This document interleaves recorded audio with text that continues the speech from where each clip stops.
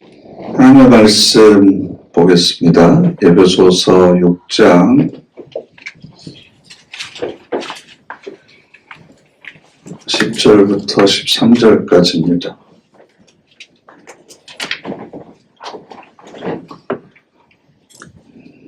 에베소서 6장 10절부터 13절까지 함께 읽겠습니다. 끝으로 말씀드립니다. 여러분은 주님 안에서 그분의 마땅한 힘으로 능력 있게 되십시오. 하나님이 주시는 갑옷으로 완전히 무장하십시오. 그래서 마귀의 계략에 맞서 여러분이 버텨낼 수 있도록 하십시오. 우리가 맞서 싸울 상대는 피와 살을 가진 사람이 아니기 때문입니다. 도리어 지배자들, 권력자들, 이 어둠의 세상을 휘어잡고 있는 자들, 하늘에 있는 악한 영들이기 때문입니다. 그렇기 때문에 여러분은 하나님이 주시는 무기로 완전한 무장을 갖추십시오. 그래야만 여러분이 악한 날에 맞설 수 있고 모든 것을 다 이루고 나서 당당하게 서 있게 될 것입니다. 아멘. 오늘부터 우리가 함께 배우게 될 에베소서 6장 10절 이하에 있는 말씀은 에베소서 전체 하이라이트라고 할 수가 있습니다. 에베소서를 크게 세 단락으로 나눌 수 있는데요. 1장부터 3장까지는 교리적인 부분을 다루고 있고, 그리고 4장부터 6장 9절까지는 실천적인 부분, 우리가 어떻게 하나님의 말씀을 삶에 적용할 수 있을 것인가, 실천적인 부분이 4장 1절부터 6장 9절까지 되어 있고요. 6장 10절도 10절 이하에서 마지막까지도 실천적인 부분이기는 하지만 그 대상이 영적인 싸움, 그리고 영적인 싸움을 하기 위해서 우리가 어떤 무장을 해야 되는지에 대한 내용을 다루고 있습니다. 군대에 입대하면 군인들을 훈련시키는 가장 첫 번째 영역은 정신적인 영역입니다. 그래서 정신문화를 매우 강조합니다. 왜냐하면 내가 왜 싸워야 되는가? 내가 이 총이나 무기를 들고 왜 다른 인간의 목숨을 빼앗는 기술을 습득해야 되는가? 그 이유가 무엇인가? 그 나라와 민족을 지키고 사랑하는 가족들을 적군의 위협들로부터 보호해야 되고, 그러기 위해서는 희생이 필요하고, 그것을 위해서 나는 부름을 받았고, 또 그렇게 부름을 받았다는 것 자체가 나라와 민족을 위한 영광스러운 일이고, 그래서 이렇게 계속 세뇌를 시키는 거죠. 만약 이런 정신무장이 되어 있지 않으면 현장에 전쟁터에 나가서 그 전쟁터가 주는 두려움과 공포를 이기지 못하고 언제든지 탈영을 해버리거나 군기를 문란하게 할 가능성이 있기 때문에 그렇습니다. 우리의 신앙도 마찬가지로 내가 지금 어디를 향해서 걸어가고 있는 건지, 하나님이 나를 통해서 무엇을 하시려고 하는 건지, 우리가 이 세상을 살아가면서 어떤 싸움을 해야 되는 거고, 우리가 하는 이 싸움, 전쟁이라고 하는 것, 전투라고 하는 것이 나에게 어떤 의미가 있는지를 계속해서 주입을 시켜놔야만 실전에 임할 때 우리가 가지고 있는 영적인 무기들이 위력을 발휘할 수가 있는 거죠. 그래서 오늘은 먼저 에베소서 전체에 있는 내용을 한번 복습도 할 겸 쭉 살펴보려고 하는데요. 먼저 1장 3절 말씀 한번 찾아볼까요? 에베소서 1장 3절 말씀을 보면 우리의 궁극적인 목표가 무엇인지, 왜 하나님께서 우리를 구원해 주셨는지에 관한 내용이 나옵니다. 1장 3절 함께 읽겠습니다. 찬양 받으시기를 빕니다. 하나님이시여 우리 주 예수 그리스도의 아버지께서는 그분은 그리스도 안에서 하늘에 속한 온갖 영적인 복으로 우리에게 복 주시는 분이십니다. 아멘. 왜 우리를 부르셨어요? 하늘에 속한 온갖 영적인 복을 우리에게 주시려고 우리를 불러주셨다. 이것이 우리를 향한 하나님의 의도다라는 겁니다. 그러니까 여기서 말하는 하늘에 속한 영적인 복이라고 하는 것은 내가 세상을 살아가면서 겪고 있는 고난이나 문제에서 벗어나거나 아니면 내가 살아가는 삶의 조건이나 환경이 개선되는 것이 아니다라고 하는 것을 기억해야 돼요. 땅에 속한 세속적인 복이 아니고 하늘에 속한 영적인 복을 우리에게 주시려고 한다. 그러면 그렇게 하기 위해서 우리에게 먼저 하시는 일이 뭐냐 그러면 우리를 죄에서 꺼내야 되잖아요. 죄에서 건져내야만 영적인 복을 누릴 수가 있죠. 신령한 복은 내가 신령한 사람이 먼저 되어야만 소유할 수 있습니다. 그래서 에베소서 2장 1절부터 에베소서 2장 1절부터 4절까지 함께 읽어볼까요? 여러분도 죽은 사람들이었습니다. 여러분의 여러 잘못과 죄 때문에요. 한때 여러분은 여러 잘못과 죄 가운데서 살아갔습니다. 이 세상의 흐름을 따라서 공중을 지배하는 권력자를 따라서 불순종하는 자식들 가운데서 지금 활동하고 있는 영을 따라서 말입니다. 우리 자신들도 모두 한때는 그들 가운데서 우리의 몸뚱이의 욕망에 이끌리며 지냈습니다. 그러면서 몸뚱이가 바라는 것을 또 생각 속에서 바라는 것을 실행했습니다. 그래서 우리는 날 때부터 다른 사람들과 마찬가지로 진노의 자식들이었습니다. 아멘. 여기까지 읽겠습니다. 우리는 죽은 사람들이었습니다. 목에 숨은 붙어있지만 죄로 인해서 하나님과 관계가 단절되었기 때문에 죽은 사람들이었고, 무엇에 잡혀 있었냐? 그러면 공중을 지배하는 권력자, 불순종하는 자식들 가운데서 지금도 활동하고 있는 영들에게 사로잡혀 있었다. 그런 사람들은 어떤 삶을 사느냐? 3절에 몸뚱이의 욕망에 이끌려서 살아간다. 육체의 욕망에 이끌려서 살아간다. 그런 사람들을 뭐라고 그러냐? 3절 마지막에 진노의 자식들이었다 라는 겁니다. 우리가 그런 상태에 있었는데 하나님께서 우리를 구원해 주셨다. 그러면 그렇게 구원을 받은 우리가 어떤 삶을 살기를 원하시는가? 3장 14절부터 16절까지 3장 14절부터 16절까지 함께 읽겠습니다. 이런 이유로 내 무릎을 아버지 앞에 꿇고 빕니다. 하늘이나 땅에 있는 모든 결에게 이름을 두시는 아버지 하나님 앞에요.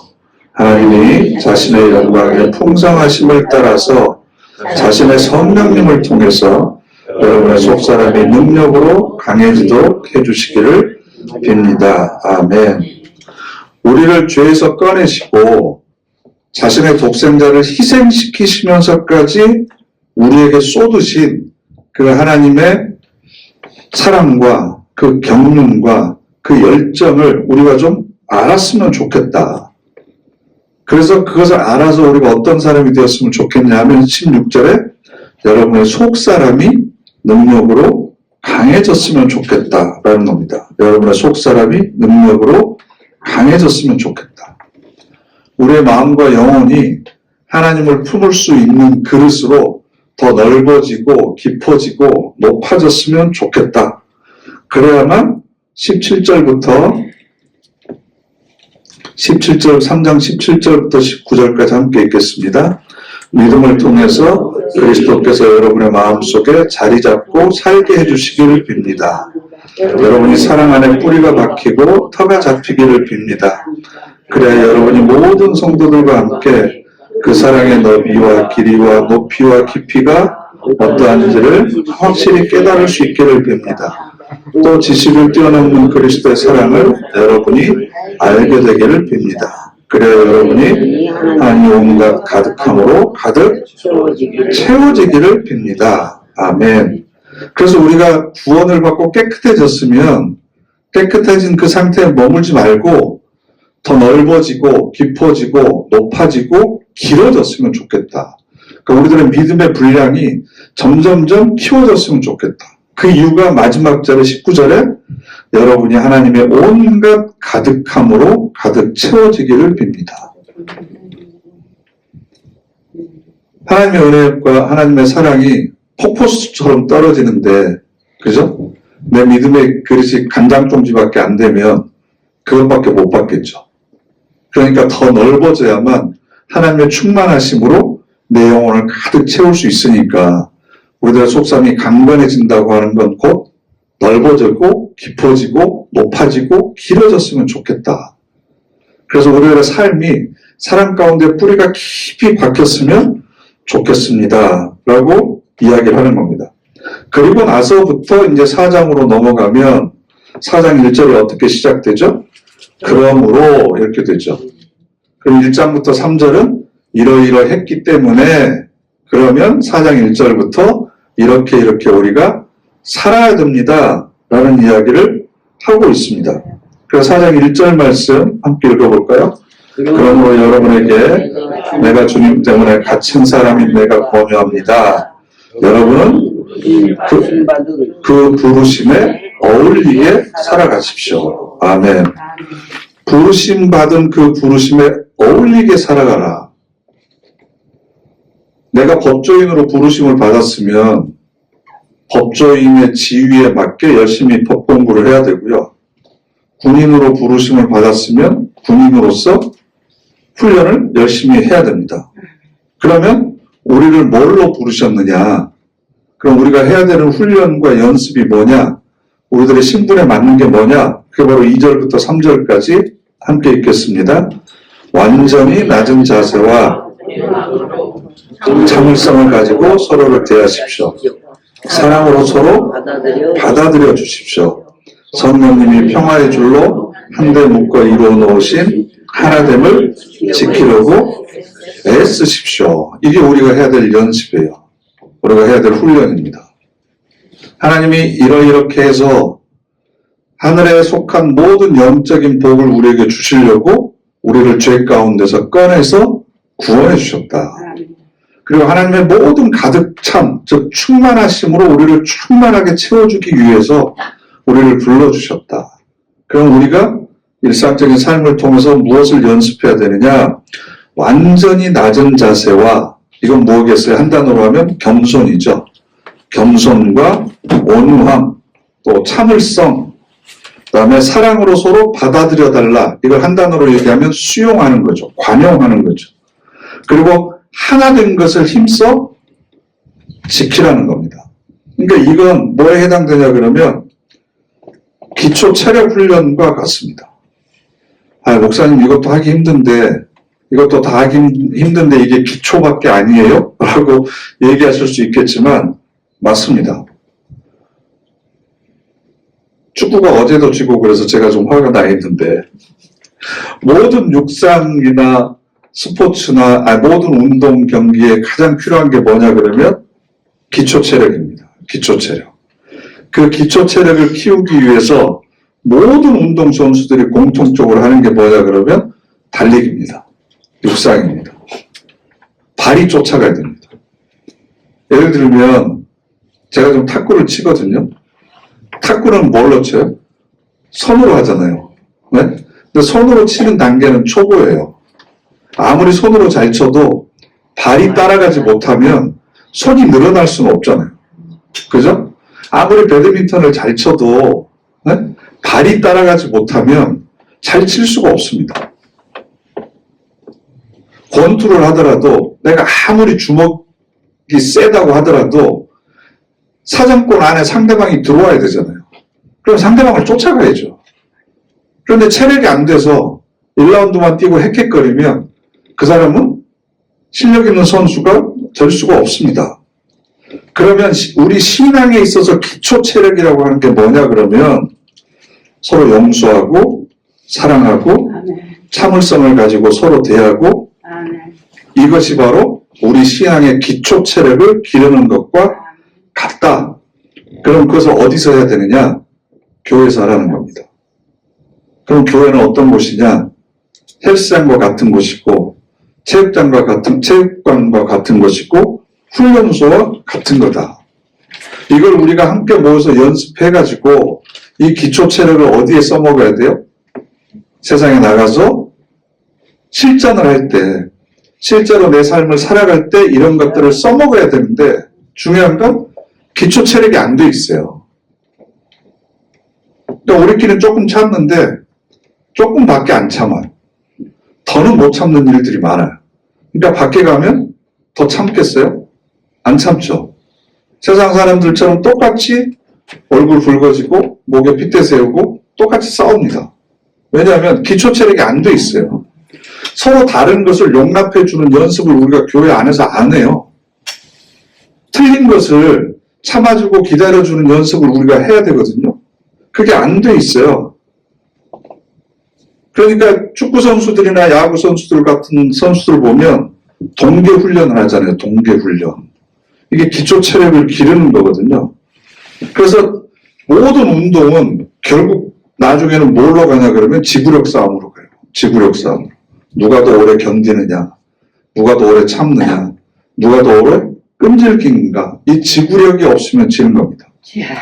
그래서 옛날에 국가대표 축구선수를 했던 안정환 선수가 요즘에는 방송에 자주 나오는데 그런 얘기를 한 걸 들은 적이 있어요.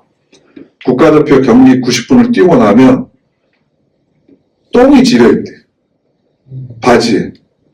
그 정도로 모든 걸 쏟아붓기 때문에 괄약근에 힘이 빠지니까 이 조절이 안 되는 거예요. 그 정도로 한 경기에 모든 것을 쏟아부으려면 90분을 쉬지 않고 뛸 수 있을 정도의 체력이 길러져야 되거든요. 그럼 그 체력을 기르는 것이 어디냐? 바로 교회가 돼야 되는 거죠. 그래서 이 기초 체력이 튼튼해지고 강해질 만큼 우리가 하나님으로부터 받게 될 상급이 위대해지고 영원할 것이다.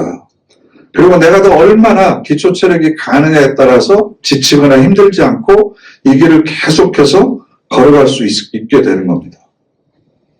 그러니까 신앙인의 기초 체력은 뭐냐 그러면 내가 얼마나 나와 다른 사람을 품을 수 있느냐, 즉 관용의 사람이 되느냐, 그리고 내가 얼마나 참아낼 수 있느냐, 그리고 내가 얼마나 더 낮아질 수 있느냐, 사랑의 마음을 가지고 내가 먼저 얼마나 화해의 손길을 내밀고 내가 먼저 용서할 수 있느냐, 이게 바로 우리가 기초 체력을 기르는 거거든요.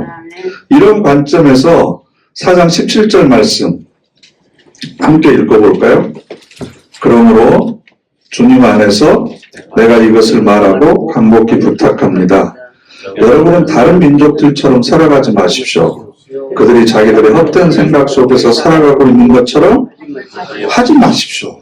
아니, 왜 교회 안에서도 헛된 생각을 가지고 살아가는 세상 사람들처럼 그렇게 살아갑니까? 왜 나와 다른 것을 봐주지 못하고 참지 못하고 지적하고 비난하고 뒤에서 수군거리고 하나가 되게 하신 것을 힘써 지키라고 그랬는데 서로 이렇게 파당을 나누고 왜 그렇게 하느냐라는 겁니다. 그러면서 24절 말씀 4장 24절 함께 읽겠습니다. 또한 새 사람 곧 하나님을 따라 진리의 의로움과 거룩함으로 창조된 사람을 옷으로 입어야 합니다. 이제 우리는 새로운 사람이니까 옷은 그 사람의 신분을 상징하거든요. 특히 계급이 있었던 사회에 있어서는 종과 주인은 옷이 다르잖아요. 우리 100년 전 그 조선시대만 하더라도 그 사람이 쓰고 있는 갓의 지름의 크기에 따라서 신분이 달라지잖아요. 서생 같은 사람은 이게 작은 동그라미가 있는데 점점 올라갈수록 왕족이나 귀족이 되면 갓의 원의 크기가 훨씬 더 커지잖아요. 입는 옷들이 다르고. 그러면 이제 신분이 달라졌으면 입는 옷이 달라져야 되지 않겠냐. 그럼 우리가 입어야 될 옷은 진리의 의로움과 거룩함으로 창조된 사람을 옷으로 입어야 된다. 그럼 옷으로 입기 전에 반드시 우리가 해야 될 게 뭐가 있어요? 더러운 옷을 먼저 벗어야죠. 그래야 새로운 옷을 입는 거죠. 근데 그 전에 또 해야 될 게 뭐가 있어요? 옷을 벗었으면 몸을 씻어야죠. 그래야 새로운 옷이 어울리는 거지. 네? 몸도 씻지도 않고 옛날에 입던 옷 그대로 입고 그 위에다가 새로운 옷을 입으면 그 옷이 옷으로서의 가치를 할 수가 없는 거예요. 그러니까 진노의 자식들이었고 불순종의 아들들이었던 우리들을 꺼내서 하나님께서 우리를 깨끗하게 해주셔서 이전에 입던 옷을 벗겨버리고 이제는 새로운 옷을 우리에게 입히시는 겁니다. 그리고 나서 30절부터 32절까지 함께 읽겠습니다. 하나님의 성령님을 슬프게 하지 마십시오. 주에서 완전히 풀어주시는 날을 위하여 하나님이 여러분에게 성령님 안에서 확인 도장을 찍어주셨습니다. 온갖 악심과 분노와 노여움과 소리지름과 모독은 온갖 나쁜 짓과 함께 여러분한테서 다 치워버리시기 바랍니다. 여기서 치워버리다가 벗어버리라는 거예요. 옛날엔 이렇게 살았는데 이제는 그걸 다 벗고, 그리고 나서 32절, 그러나 서로한테 너그럽게 대하십시오. 가슴으로 잘 공감하면서 서로 용서의 은혜를 베푸십시오. 하나님도 그리스도 안에서 여러분에게 용서의 은혜를 베푸셨으니까요. 아멘. 헛된 생각 속에서 살아가는 사람처럼 31절의 앙심과 분노와 노여움, 소리 지르고 모독하고 이런 거 하지 말고 진리의 의로움과 거룩한 사람으로 창조된 새 옷을 입고 어떻게 대하라고요? 32절에 너그럽게 대하라고요. 너그럽게 서로. 네? 네? 좀 너그럽게 대하라고요. 너그럽게. 네? 인색하게 조금만 잘못해도 지적하고 그러지 말고, 그럴 수 있지 뭐. 나라도 그랬을 것 같아. 에이, 자기가 다 알겠지. 언젠간 깨닫겠지. 그 다음에 가슴으로 잘 공감하라는, 가슴으로. 마음이 아파서 저렇구나. 우울해서 저렇구나. 지금 슬픔이 있어서 그런가 보구나. 그러면서 서로 용서의 은혜를 베풀라는 거죠. 용서의 은혜. 서로 용서의 은혜를 베풀어라. 여기서 제일 중요한 단어가 서로예요. 서로. 이 글자, 이 단어가 빠져있으면 다 용서의 은혜를 베풀라고 그랬잖아. 그러니까 나한테 잘못한 거 빨리 용서해. 내가 잘못한 거 빨리 용서해. 그래서 그걸 권리처럼 주장할 수가 있어요. 그것도 폭력입니다. 서로에게 용서의 은혜를 베풀어라. 그러면서 우리가 어떤 사람인지 그 정체성을 더욱더 분명히 제시하고 있는 게 5장으로 넘어가서 5장 8절 함께 읽겠습니다. 여러분이 한때는 어둠이었지만 이제는 주님 안에서 빛이니까요. 여러분은 빛의 자녀답게 살아가십시오. 빛의 자녀로 우리가 부르심을 입었으니까 의의 진리의 거룩함으로 창조된 새 옷을 입어야 되는 거고, 서로 너그럽게 대해야 되고, 서로 용서하는 은혜를 베풀어야 된다. 나는 누구다? 빛의 자녀. 빛의 자녀다. 나는 빛의 자녀다. 그럼 나에게서 빛이 나가야지. 어둠이 나가면 안 되죠. 그다음 15절. 그러므로 여러분은 어떻게 살아가야 할지 찬찬히 살펴보십시오. 지혜롭지 못한 사람처럼 살지 말고 지혜로운 사람처럼 사십시오. 아멘. 그럼 여기서 지혜로운 사람은 어떤 사람이냐면요, 찬찬히 살펴보는 사람이 지혜로운 사람이에요. 찬찬히 살펴본다는 것의 반대의 의미는 뭐냐 그러면, 그때 감정이나 기분에 따라서 말하거나 행동하는 건 찬찬히 살펴보는 게 아니죠. 그러면 무슨 일이 있을 때 뭐부터 해야 돼요? 찬찬히 살펴봐야 돼요. 내가 누구지? 빛의 자녀지. 내가 지금 무슨 옷을 입고 있지? 의의 진리와 거룩함으로 창조된 새 사람을 내가 옷 입고 있지. 하나님이 나한테 요구하시는 게 뭐지? 너그럽게 대하고 관용하고 사랑으로 서로 용서하는 은혜를 먼저 베풀라고 그랬지. 그래서 찬찬히 살펴보고 어떤 말과 행동을 할지를 결정해서 행하는 사람이 지혜로운 사람이다. 지혜로운 사람. 그런데 지금까지 해왔던 대로, 습관대로 그때 감정이나 기분에 따라서 하고 싶은 대로 하는 사람, 이것은 어리석은 사람이다. 그리고 17절 말씀 함께 읽겠습니다. 이런 까닭에 분별없는 사람이 되지 말고 주님의 뜻이 무엇인지 깨달으십시오. 깨달으려면 뭘 해야 돼요? 찬찬히 생각해야 돼요. 찬찬히 살펴봐야 돼요. 그래야만 깨달을 수 있습니다. 그러면 이것을 어디에 적용하느냐?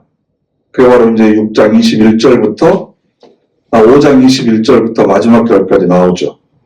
남편과 아내의 관계에 있어서, 자식과 부모의 관계에 있어서, 주인과 종과의 관계에 있어서 뭘 해야 돼요? 찬찬히 살펴봐야 돼요. 내가 어떻게 해야 될지, 어떤 말과 행동을 해야 될지, 하나님이 나에게 요구하시는 게 뭔지, 기도하는 게 뭔지, 이게 전부 다 뭐에 해당된다고요? 기초 체력을 쌓는 거예요. 기초 체력. 그럼 기초 체력만 쌓는다고 되는 건 아니잖아요. 그럼 쌓은 그 기초 체력을 가지고 실전을 해야죠, 실전. 실전이 뭐겠어요? 그게 바로 오늘 우리가 읽은 6장 10절 이하에 있는 거예요. 우리가 해야 되는 실전이 뭐냐? 바로 영적 싸움입니다. 영적 싸움. 영적 싸움을 우리가 잘 하기 위해서 지금까지 무엇을 준비해야 되는지를 쭉 이 에베소서는 우리에게 알려주고 있습니다. 그럼 누구랑 싸우는 거냐? 공중의 권세 잡은 자들, 세상의 권력자들, 악한 영들, 쉽게 얘기하면 사탄과 우리가 싸우는 겁니다. 그럼 하나님께서 사탄과 싸울 힘이 없어서 우리를 대신해서 부르신 거냐? 그 의미는 아닙니다. 그럼 이 영적 싸움이라고 하는 것을 하나님 나라에 들어가기 위한 관문이냐? 영적 싸움에서 우리가 지면 하나님 나라에 들어가지 못하느냐? 그런 의미도 아닙니다. 여기서 영적 싸움이라고 하는 건 그 싸움을 통해서 우리가 더 충만해지면 좋겠고 우리가 더 깊은 자리로 갔으면 좋겠다. 그래서 속사람이 능력으로 더 강건해지기를 원하는 겁니다. 이 영적 싸움은 우리를 넘어뜨리거나 시험하기 위해서 하나님께서 우리에게 주시는 것이 아니라 영광의 자리로 우리를 부르시기 위해서 더 많은 것으로 하늘의 신령한 것으로 우리들을 채워주시기 위해서 불러주시는 겁니다. 물론 이런 영적 싸움 하지 않고도 하나님 나라에 갈 수 있습니다. 예수 믿는 것도 미지근하게 믿고 별 큰일 생기지 않게 그냥 평범하게 살다가 그냥 있는지 없는지 모르고 그렇게 살다가 가시는 분들도 많습니다. 아마 그런 분들은 천국에서도 있는지 없는지 모르고 지낼 겁니다. 그런데 하나님은 우리 모두가 다 빛의 자녀가 되기를 원하십니다. 하늘나라에서 뿐만 아니라 이 세상에서도 보석같이 빛나는 존재가 되기를 원하십니다. 지옥 가지 않을 정도로만 간신히 커트라인만 통과할 수 있는 그런 신앙이 아니라 하나님의 자녀에 걸맞게 영광과 존귀의 관이 씌워지기를 원하고 계십니다. 그래서 기초 체력을 단련하는 것과 마지막 싸움은 어떻게 다르냐 하면 기초 체력을 쌓는 것이 나와의 싸움이라고 한다면 마지막의 싸움은 영적인 전쟁입니다. 영적인 전쟁. 외부와의 싸움입니다. 악한 영과 공중의 권세 잡은 것과 사탄과의 싸움을 우리가 해야 됩니다. 이 두 가지가 칼로 두부 베듯이 정확하게 구별될 수 있는 것은 아닙니다. 왜냐하면 우리 안에도 악한 영이 자리 잡고 있고 악한 생각이 계속해서 우리를 괴롭히고 있습니다. 그러니까 이 영적인 싸움을 어떻게 생각하면 되냐 그러면 아마추어 선수들하고 프로 선수를 생각을 하시면 돼요. 생활체육인들 혹은 아마추어 선수들은 좋아서 하는 겁니다. 취미로 하는 겁니다. 그게 나의 직업이 아닙니다. 그래서 내가 돈을 내고 합니다. 동호회 가보면 회비를 내고 합니다. 그런데 그것에 죽자 살자 목을 매지 않습니다. 왜냐하면 내 생업은 따로 있는 거예요. 근데 프로 선수들은 그게 자기 밥벌이고 생업입니다. 그래서 아마추어와 프로의 결정적인 차이는 뭐냐 그러면 프로 선수들은 자발적인 훈련을 합니다. 스스로. 왜? 내 경기력이 떨어지면 언제든지 팀에서 방출되는 겁니다. 다른 사람으로 교체되는 겁니다. 실력이 나를 입증하는 겁니다. 그러니까 우리 신앙생활에 있어서도 마찬가지로 내가 기초 체력을 열심히 쌓고 연마하는 사람들은 프로 선수처럼 하나님께 크게 쓰임을 받는 거죠. 그런데 대부분의 신앙인들이 가지고 있는 생각이 뭐냐 그러면, 하나님, 내가 단련된 후에는 정금과 같이 나오리라고 그러셨는데 저 정금 안 돼도 되거든요. 단련 안 해도 돼요. 그러니까 그냥 편하게만 해주세요. 고난을 통해서 제가 더욱더 성숙 안 해도 되거든요. 그러니까 이 땅에서 그냥 대강대강 편안히 살다가 그냥 하나님 나라에 들어가는 것으로 만족하겠습니다. 이렇게 돼버렸습니다. 왜냐하면 국민소득이 3만 불을 넘어서서 4만 불 가까이 되고 나니까 우리 먹고 살만 해졌어요. 그러니까 치열하게 살고 싶지 않는 거예요. 특별히 큰 고난도 없어요. 3, 40년 전보다. 전에는 저희 어렸을 때만 하더라도 병에 걸리면 그것을 치료할 만한 병원을 가는 것조차 힘들었고, 병원을 찾는다고 하더라도 치료비를 대는 것도 힘들었고, 그러다 보니까 하나님 앞에 매달리면서 금식하면서 기도하고 그러면서 치유의 기적도 경험하고 그랬는데, 이제는 그렇게 매달리고 금식하고 기도하지 않아도 병원 가면 돼요. 보험도 잘 돼 있어요. 암 걸려도 90% 이상은 다 치료비 나와요. 그러니까 아둥바둥 살 필요가 없는 거예요. 그러다 보니까 시련이나 고난이나 문제들을 통해서 단련될 기회가 없어졌습니다. 특별한 고난은 없습니다. 그러니까 하나님 저 정금처럼 안 돼도 됩니다. 불순물 끼어 있어도 되니까 그냥 나중에 하나님 나라만 가게 해주십시오. 그러다 보니까 서로 모이면 영적인 자극이 될 만한 이야기들을 별로 하지 않습니다. 어떻게 하면 기초 체력을 키울 수 있을지, 예를 들면 어떻게 하면 기도를 더 열심히 할 수 있을지, 어떻게 하면 내가 더 용서의 사람이 되고 관용의 사람이 되고 인내의 사람이 될 수 있는지에 관한 이야기를 하지 않습니다. 그리고 그렇게 되는 것을 그렇게 열심히 하는 사람들을 보면 아유 그냥 편하게 살지 왜 저렇게까지 할까 쯧쯧쯧 하면서 오히려 동정합니다. 그래서 신앙이라고 하는 것이 이 세상에서 어떻게 하면 편하게 잘 살지 여기에 관심을 갖는 것으로 되어버렸습니다. 될 수 있는 대로 고생 안 하고 그저 그냥 평범하게 사는 게 복 받는 것이라고 생각을 하게 돼버린 거예요. 그러니까 영원한 상급과 하나님 나라에서 우리가 누리게 될 영광을 어떻게 이 세상에서 미리 준비할 것인지에 대해서는 관심도 없고, 하나님께서 우리를 영적 전투를 위한 하나님 나라의 군대로 우리를 세우셨다 라고 하는 것에 대한 자부심도 없습니다. 그리고 내가 그런 존재라고 하는 것을 생각하지도 않습니다. 그래서 교회가 훈련소가 된 것이 아니라 안방이나 병실처럼 교회에 오면 편하게 쉬었다 가는 것이고, 교회에 오면 지친 마음 위로받고 회복돼서 그렇게 나가는 곳, 뭐 마사지샵 정도 이 정도가 교회인 거지, 교회 와서 열심히 기초 체력을 키우기 위해서 훈련하지 않습니다. 아, 일 맡으면 골치 아파. 괜히 나섰다가 원한돌이 정 맞는다고 사람들한테 괜히 이 소리 저 소리 듣고 예배만 드리고 빨리 가는 게 속 편하지. 그래서 교회에서 상처받은 사람들은 대부분 떠나거나 아니면 신앙생활을 계속 하더라도 주변에서 뱅뱅거리고 돌기만 하고 예배만 드리고 싹 빠져나가고 뭐라도 시킬 것 같으면 나타나지도 않고 그러면서 기초 체력을 키우지도 않고 그냥 휴식하러 오는 거죠. 마음의 위로를 얻는 거. 그러니까 하나님께서 나를 부르신 것이 얼마나 대단한 건가. 도대체 당신의 아들을 죽이시면서까지 나를 부르셨다고 한다면 그것에 걸맞는 가치 있는 일들을 맡기기 위해서 우리를 부르신 거잖아요. 그럼 그 일을 위해서 우리를 부려먹고 사용해서 버리려고 그러신 게 아니라 그 일을 함으로 일해서만 얻을 수 있는 기쁨이 있는 거고, 그 일을 통해서만 우리가 누릴 수 있는 하늘의 기쁨과 만족이 있는 건데, 그것을 하지 않다 보니까 하나님 편하게만 살게 해주세요 이렇게 되는 거죠. 새로운 생명을 낳는 것도 요즘에는 무통분만의 시대가 돼버렸습니다. 어떻게 하면 통증 없이 아이를 잘 낳을 수 있을까? 그런 산부인과만 찾아다니는 거죠. 그런데 여러분, 애를 낳아서 길러본 사람과 길러보지 않는 사람은 세상을 바라보는 시각 자체가 다르잖아요.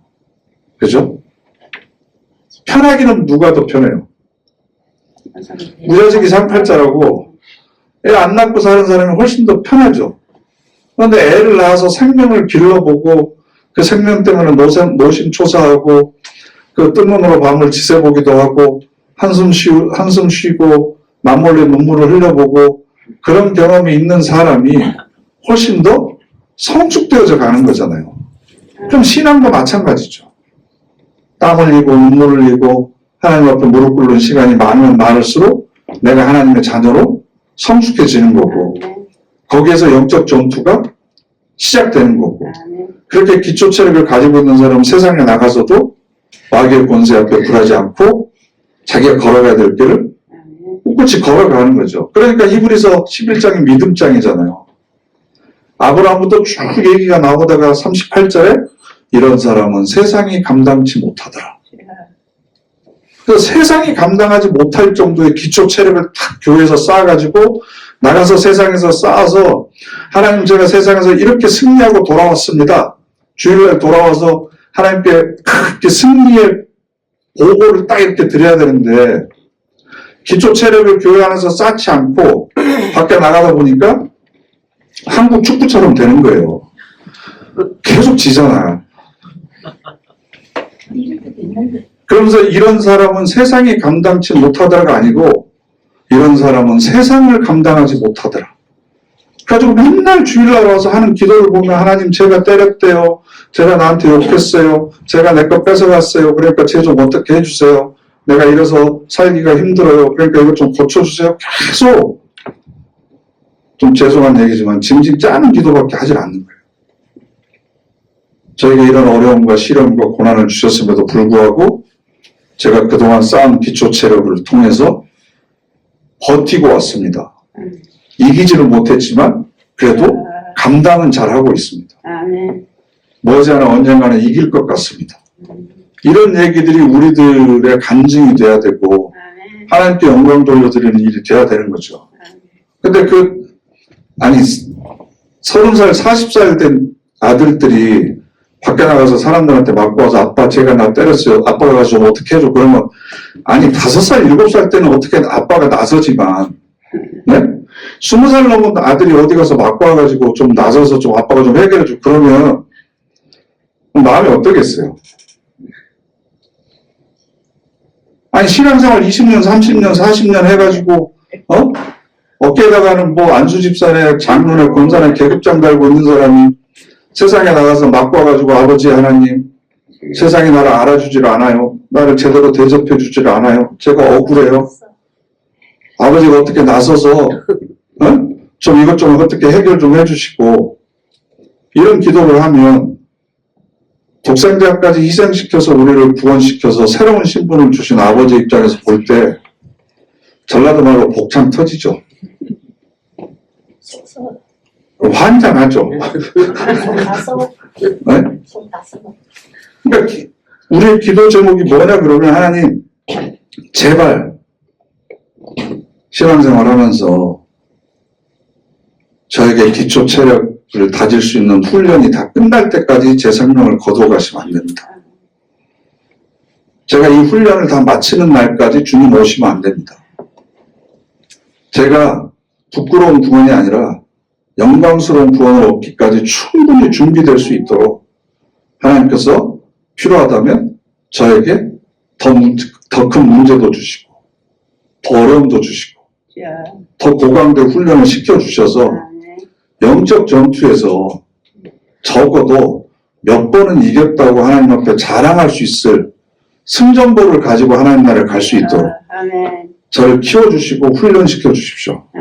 이 기도가 우리에게서 나오지 않으면 계속해서 죄송하지만 질질 짜고 울고 부을고 제가 때렸대요. 좀 어떻게 좀 해주세요. 저 여기 몇 대 맞았어요. 내 여기가 아파요. 계속 이런 기도만 하고 있는 거예요.